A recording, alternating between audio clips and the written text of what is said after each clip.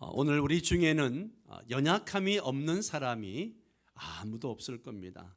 아마 지금 옆 사람에게 당신의 연약함이 무엇입니까? 라고 물어보면 나는 연약한 게 없어요 라고 말할 수 있는 사람 단 한 명도 없을 것입니다. 지금 우리는 어느 때보다도 이 연약함이라는 단어가 실감나는 그런 시대를 살아가고 있습니다. 병원에는 늘 사람들이 붐비고요, 약국에를 가도 손님들이 길게 줄을 서 있습니다. 건강검진 결과 한 줄의 이상 소견에도 괜히 불안하고 마음이 무너지고, 그래가지고 막 인터넷을 검색해 보다가 그 증상이 이상한 증상들이 나오면 더 큰 불안을 마주하는 것이 오늘 우리의 현실이기도 합니다. 몸만 아픈 게 아니죠. 마음도 아프고요, 관계도 아프고요, 삶이 다 아픕니다. 늘 불안한 경제 상황 속에서 하루하루 생계를 걱정해야 하는 가장들의 고통도 있고요, 고립과 외로움 속에서 우울과 무기력에 빠진 그런 젊은이들도 있고요, 육아와 가사노동에 지친 어머니들, 그리고 치매와 고독, 만성 통증과 싸우며 하루하루를 지내시는 우리 연로하신 어르신들이 있습니다. 누구나 겉으로는 잘 지낸다, 괜찮아요 라고 말하지만 사실 속을 들여다보면 모두가 저마다의 고통을 품고 살아갑니다. 그리고 그 고통을 이해받지 못할 때 사람들은 더 깊은 절망에 빠지게 되는 거죠. 그런데 오늘 우리가 함께 마주하는 말씀 속에 소망이 있습니다. 예수님은 우리의 연약함을 아시고 그것을 멀리서 바라보시는 분이 아니라 친히 그 연약함을 짊어지시고 우리 곁에 오시는 분임을 성경은 분명히 말하고 있습니다. 오늘 본문은 예수님께서 병든 자를 고치시고 귀신 들린 자를 회복시키시는 장면을 통해 그분이 단지 육체의 질병만이 아니라 인간의 전인적 고통과 연약함을 치유하시는 메시아이심을 선언하고 있습니다. 그리고 마태는 이 사건을 이사야 53장 4절 말씀을 연결해서 이렇게 말합니다. 그는 우리의 연약한 것을 친히 담당하시고 병을 짊어지셨도다. 사랑하는 여러분, 오늘 우리가 이 말씀 앞에 설 때 주님은 여러분의 보이지 않는 상처, 여러분의 말 못할 아픔, 여러분의 질병과 염려와 한숨을 결코 외면하지 않으시는 그런 분이심을 기억하시기 바랍니다. 주님은 지금도 우리를 위하여 손을 내미시고 진정한 위로와 회복을 주시는 분이십니다. 오늘 이 시간 우리 연약함을 짊어지신 예수님을 깊이 만나며 그분 안에서 새 힘과 위로를 얻는 그런 시간 되시기를 바랍니다. 첫 번째는 우리 주님은 연약한 자에게 다가오시는 주님이십니다. 14절을 함께 읽겠습니다. 예수께서 베드로의 집에 들어가사 그의 장모가 열병으로 앓아 누운 것을 보시고 그의 손을 만지시니. 아멘. 이 장면은 단순한 병 고침의 사건이 아닙니다. 이것은 예수님이 어떻게 고통받는 자에게 다가가시는지를 보여주는 하나의 그림이죠. 예수님은 베드로의 장모가 병을 앓고 있다는 말을 들으신 것이 아니라 오늘 본문에 보니까 보시고라고 되어 있습니다. 아무 말도 하지 못하고 병으로 누워있는 연약한 한 여인을 주님은 보셨습니다. 병든 몸을 돌보는 사람 없이 누워있었던 그 외로움, 가족들에게 짐이 되지 않을까 하는 그 미안함, 자신이 할 수 있는 게 아무것도 없다는 무력함까지도 주님은 다 보셨습니다. 다 보셨어요. 여러분, 주님은 지금도 저와 여러분의 모습을 다 보고 계십니다. 항암 치료 중에 있는 성도가 있습니다. 치매에 걸린 부모님을 돌보며 마음이 지쳐가는 자녀들이 있습니다. 연로하신 성도들 중에는 내 몸 하나 간수하기도 힘든데 배우자를, 참으로 아픈 배우자를 어린아이처럼 옆에서 돌봐야 할 그런 성도들도 있습니다. 각종 암으로 내 몸은 무너져 내리는데 내가 책임져야 할 일들 때문에 힘들어하는 성도들, 직장에서 버텨야 할 그런 압박과 또 가정 안에서의 관계 단절로 이중의 고통을 겪는 분도 있습니다. 말 못할 우울증으로 하루하루를 겨우 버티고 있는 성도도 있습니다. 그 고통을 우리 주님은 아십니다. 그리고 오늘은 조용히 여러분의 공간에 베드로의 집이라고 한 집과 같은 그런 자리에 찾아오십니다. 그분은 병든 자리에 몸을 굽히시고 손을 내미시면서 우리를 일으키시는 분이십니다. 예수께서 그의 손을 만지시니 열병이 떠나가고, 주님께서 그 여인의 손을 만지시니까 열병이 떠나갔다라고 말합니다. 예수님은 큰 외침이 아니라 조용히 다가오셔서 손으로 만지셨습니다. 병든 육체와 가까이 하시고 그 고통에 직접 손을 대셨습니다. 주님의 손이 닿는 곳마다 고통은 물러가고 생명이 솟습니다. 이것이 우리 주님의 방식입니다. 그분은 먼 곳에서 명령만 하시는 분이 아니라 연약한 자리에 함께 하시는 그런 분이십니다. 두 번째는 모든 고통 위에 역사하시는 주님의 권능입니다. 우리 16절을 함께 읽습니다. 저물매 사람들이 귀신 들린 자를 많이 데리고 예수께 오거늘 예수께서 말씀으로 귀신들을 쫓아내시고 병든 자들을 다 고치시니. 아멘. 여기에 저물매라고 했습니다. 하루 해가 지는 시각이죠. 사람들은 병든 사람, 귀신 들린 사람을 데리고 예수님께 나옵니다. 여기서 많이 데리고 오매라고 하는 표현은요, 단지 병자가 많았다는 걸 넘어가지고 고통받는 이들이 얼마나 많았는지를 상징적으로 보여주는 장면이죠. 해가 지는 시간, 하루의 피로와 무게가 가장 크게 느껴지는 시간입니다. 그 시간에 주님께 몰려든 사람들은 몸도 아프고 마음도 아프고 지치고 삶에 소망이 없는 자들이었습니다. 병으로 인해 가족과 격리되어 살아야 했던 자들, 귀신 들림으로 사람 취급받지 못했던 자들, 돈과 시간과 희망마저 다 잃어버리고 마지막 기대를 가지고 예수님께 나온 자들, 어쩌면 지금 이 장면은 오늘날 우리가 살아가는 이 시대의 모습과도 같습니다. 현대 사회도 저물매의 시각을 지나고 있습니다. 기술은 많이 발전했지만 사람들의 영혼은 점점 더 병들어 가고 있습니다. 정신질환으로 고통받고 있습니다. 우울증, 공황장애, 번아웃 증후군, 약을 먹지 않고는 버티지 못하는 사람들이 점점 많아지고 있습니다. 관계의 질병이 있습니다. 가족 안에서의 단절, 고립, 말 못할 폭력들, 이혼과 반목이 가득한 그런 관계의 질병이 있습니다. 정신적으로 귀신 들린처럼 보이는 중독이 있어요.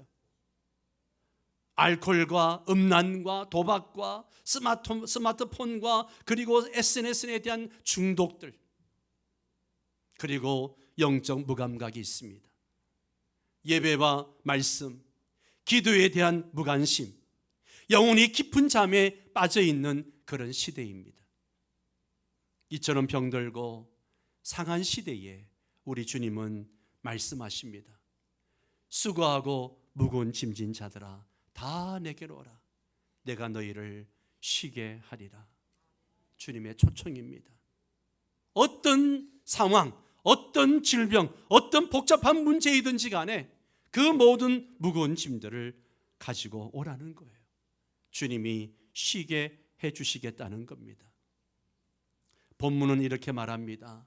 예수께서 말씀으로 귀신들을 쫓아내시고 병든 자를 다 고치시니. 예수님은 병든 자들을 말씀으로 고치셨습니다. 손을 대지 않으셔도, 약을 쓰지 않으셔도 그분의 말씀이 곧 권능이고 생명이고 회복의 도구였습니다. 이는 단지 한 시대의 기적이 아닙니다. 오늘도 그 말씀은 동일하게 살아있고 운동력이 있습니다. 히브리서 4장 12절에 하나님의 말씀은 살아있고 활력이 있어 좌우의 날선 어떤 금보다도 예리하여 라고 말했습니다. 성도 여러분, 우리는 아직도 많은 고통의 문제에 대해 말로는 안 된다라고 생각합니다. 내 문제는 안 돼. 그러나 예수님의 말씀은 세상의 어떠한 치료보다 강력한 능력입니다. 어둠 속의 귀신도 그 말씀 앞에 무너졌고요, 육체의 질병도 그 말씀 앞에 떠나갔습니다. 절망하던 자들이 소망을 되찾았고 외로운 자들이 공동체 안에서 회복되어졌습니다. 병든 자를 다 고치시니 그랬습니다. 이 말씀은 단지 몇 사람만 선별적으로 낫게 하셨다는 게 아닙니다. 다 고치셨다는 것은 예수님의 치유는 제한이 없다는 것을 강조합니다. 병의 종류가 무엇이든, 기간이 얼마나 되었든, 죄가 얼마나 깊었든, 문제가 얼마나 복잡하든 그분은 다 고치시는 전능하신 구주이십니다. 이것이 우리에게 주는 소망인 거죠. 우리에게 소망이 되는 말씀이에요. 나는 너무 오래 아팠어요. 병원에서는 이제 힘들다고 했어요. 나는 이미 너무 많이 무너져 있어요. 그렇게 말하는 사람에게도 주님은 내가 너를 고치겠다라고 말씀하십니다. 그래서 여러분, 고통은 예수님께로 나아갈 이유인 것입니다. 우리에게 있는 고통은 주님께로 나아갈 이유입니다.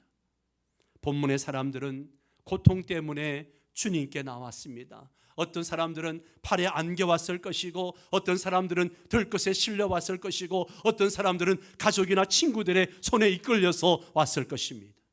중요한 것은 그들이 예수님께 왔다는 것입니다. 주님께 왔다는 거예요. 고통이 클수록 예수님을 향해 나아가야 합니다. 내 능력으로 감당할 수 없을 때 그 고통이 예수님께 나아갈 문이 됨을 믿으시기 바랍니다. 여러분이 어떤 문제를 가지고 나왔든 여러분 주님께로 나오신 분들입니다. 잘 나오셨습니다. 주님께 내어 맡기시기 바랍니다. 세 번째, 예수님은 우리 연약함을 대신 지신 구속자가 되십니다. 17절을 함께 읽습니다. 이는 자를 통하여 하신 말씀에 우리의 연약한 것을 친히 담당하시고 병을 짊어지셨도다 함을 이루려 하심이더라. 아멘. 마태는 예수님의 치유 사역이 단지 불쌍한 사람을 도와주는 그런 차원의 선행이 아님을 분명히 말하고 있습니다. 이것은 이미 700년 전 구약의 이사야 선지자를 통해 예언된 메시아의 사역의 성취라고 하는 것을 말하고 있습니다. 이사야 53장은 고난받는 종, 즉 메시아가 백성의 죄와 고통을 대신 짊어질 것을 예언한 말씀이에요.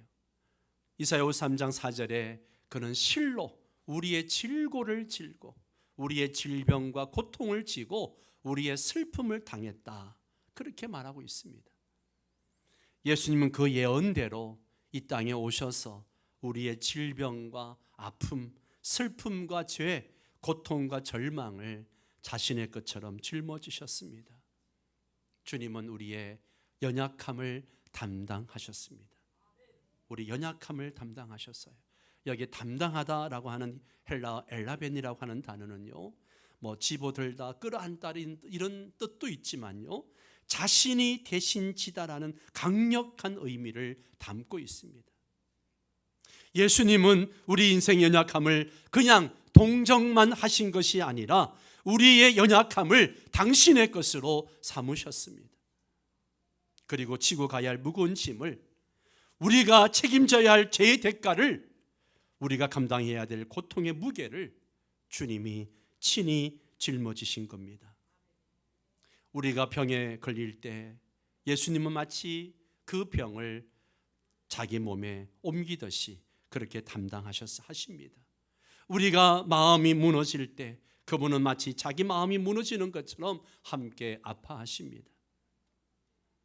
그리고 우리의 질병을 짊어지셨습니다. 이 병을 짊어지셨다라고 하는 것은요, 그 무겁고 고된 짐을 어깨에 얹고 멀리까지 운반하다, 이런 뜻을 가지고 있어요. 예수님은 우리의 질병을 대신 느끼시고 대신 견디시고 결국 그것을 십자가로 가져가셨습니다. 이 말은 단지 육체의 병뿐만 아니라 그 병의 뿌리가 되는 죄와 타락, 인생의 총체적 고통까지도 대신 감당하셨다는 뜻입니다. 육체의 병을 고치시는 주님은 동시에 영혼의 병, 마음의 병, 인생의 방향까지도 고치시는 구속자가 되십니다. 십자가 위에서 예수님은 단지 죽으신 것이 아니라 우리의 모든 것을 다 짊어지셨어요.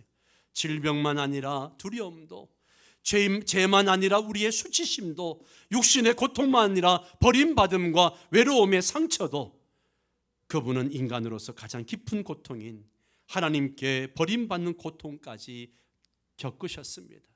나의 하나님, 나의 하나님, 어찌하여 나를 버리셨나이까? 우리가 더 이상 하나님께 버림받지 않도록 그분이 먼저 하나님께 버림받는 자리에 서셨습니다. 그것이 바로 우리의 연약함을 짊어진 사랑의 결정체입니다. 여러분, 예수님의 치유는요, 대가를 치른 치유입니다.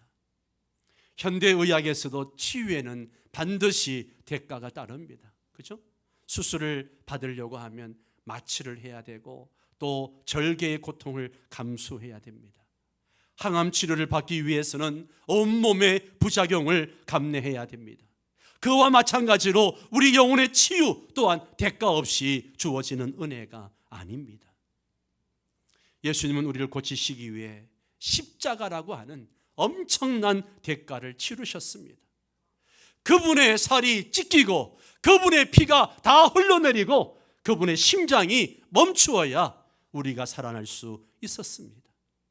그러므로 우리는 값없이 고침받는 게 아니에요. 우리는 예수님의 피값으로 회복된 존재들입니다. 그렇기 때문에 우리의 고통은 더 이상 혼자의 몫이 아닙니다. 여러분, 우리 삶에서 이런 질문을 할 때가 많습니다. 하나님, 왜 나에게 이런 병을 주십니까? 하나님, 왜 나만 이렇게 아픕니까? 내 고통을 하나님이 정말 아실까요? 예, 아십니다.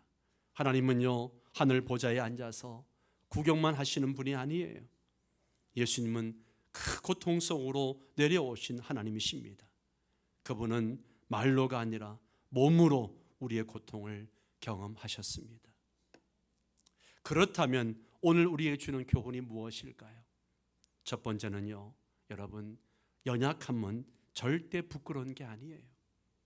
나의 육신의 질병, 나의 연약함, 육적, 정서적, 마음적으로 이런 연약함은 절대 부끄러운 게 아니에요. 우리의 연약함은 주님이 일하시는 통로입니다.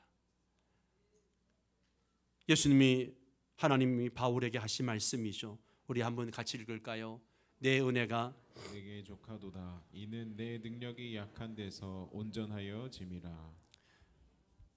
사도 바울이 하나님의 사람으로 여기저기 다니면서 선교하고 복음을 전하고 일을 하는데 그에게 질병이 있었어요. 너무너무 힘든 거예요. 그래서 하나님 앞에 고쳐달라고 너무나 간절하게 기도했습니다. 그것도 3번씩이나 그렇게 기도했어요. 그런데 하나님은 이렇게 말합니다. 네 은혜가 네게 족하다.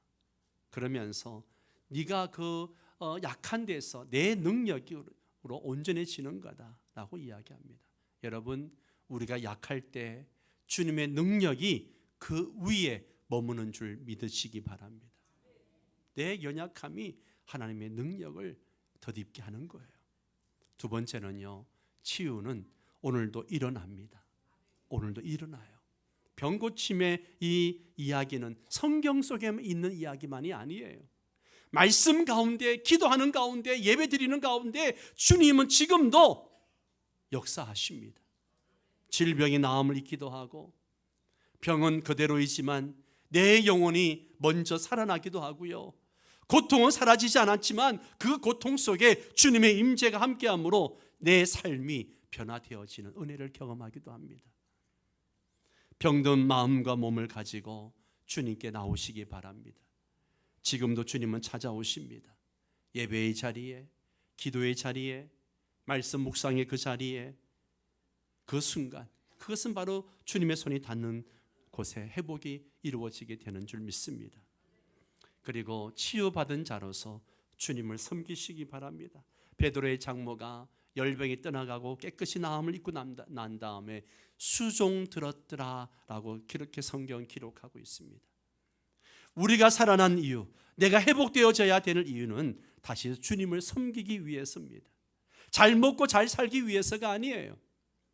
우리의 상처와 고통은 남을 살리는 도구가 될 수 있습니다. 내가 겪은 병이 누군가에게는 위로가 됩니다.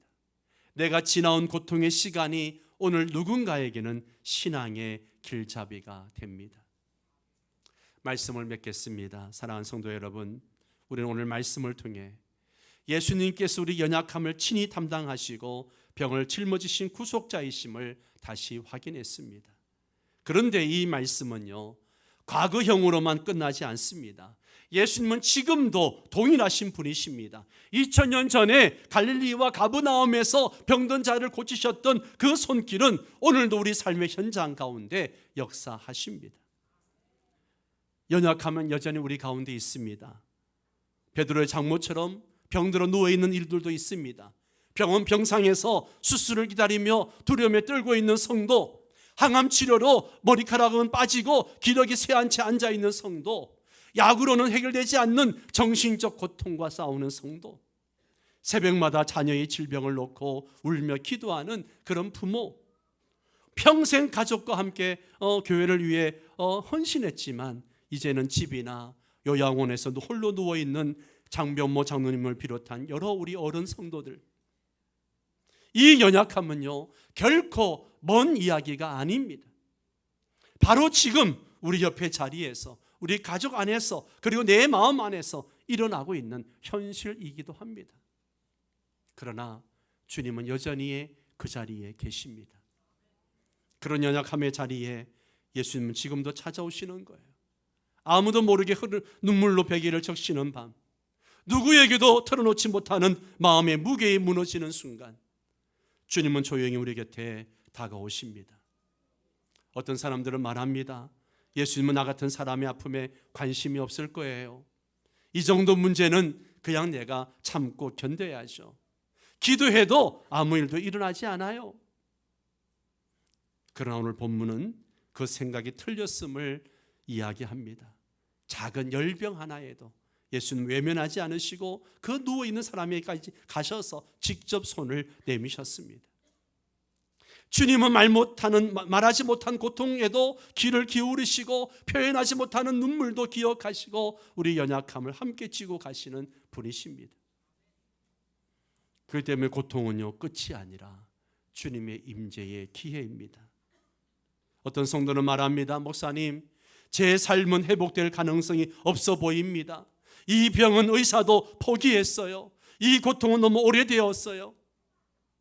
그럴 때 우리는 이렇게 대답할 수 있습니다.